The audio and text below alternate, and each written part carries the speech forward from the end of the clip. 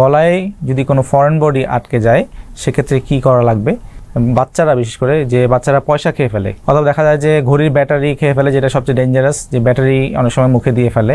মহিলারা আছে অনেক সময় হিজাব ব্যবহার করে, হিজাবের পিনটা মুখে দিয়ে অন্য কাজ করতে গিয়ে পিনটা মুখের ভিতরে চলে যায়, শ্বাসনালীতে চলে যায়। আসসালামু আলাইকুম, আমি ডাক্তার মুশফিকুর রহমান, নাক কান গলা বিশেষজ্ঞ। আমরা আজকে কথা বলবো যে গলায় যদি কোনো ফরেন বডি আটকে যায় সেক্ষেত্রে কি করা লাগবে। বিশেষ করে আমাদের কাছে অনেকেই আছে, বাচ্চারা বিশেষ করে যে বাচ্চারা পয়সা খেয়ে ফেলে, 1 টাকার কয়েন বা 5 টাকার কয়েন হাতের কাছে যারা পেয়ে এই পয়সাগুলো খেয়ে ফেলে, অথবা বাচ্চারা ছোট ছোট খেলনা খেয়ে ফেলে, অথবা দেখা যায় যে ঘড়ির ব্যাটারি খেয়ে ফেলে, যেটা সবচেয়ে ডেঞ্জারাস, যে ব্যাটারি অনেক সময় মুখে দিয়ে ফেলে।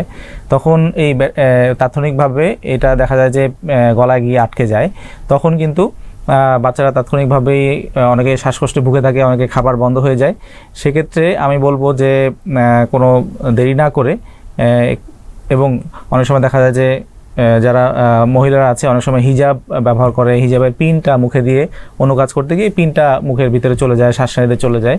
এসব ক্ষেত্রে আমি বলবো যে খুব দেরি না করে অবশ্যই নিকটস্থ যেখানে নাক কান গলা সার্জারি হয়, বিভাগীয় এলাকায় যে মেডিকেল কলেজ হাসপাতাল অথবা সদর হাসপাতাল অথবা কোনো যদি বড় হাসপাতাল থাকে যেখানে নাক কান গলা ডিপার্টমেন্ট আছে, সেখানে সবসময় সার্জারি হয়, সেসব জায়গায় গিয়ে আসলে ভর্তি হওয়া। সেক্ষেত্রে খুব দ্রুতই আসলে ফরেন বডিটা বের করতে হয়।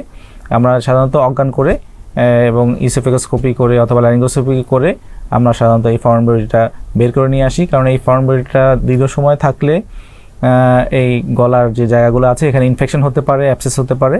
তাই সময় নষ্ট না করে অবশ্যই সাথে সাথেই কোনো নাক কান গলা বিশেষজ্ঞ এবং হাসপাতালে যোগাযোগ করে চিকিৎসা নেবেন। ধন্যবাদ।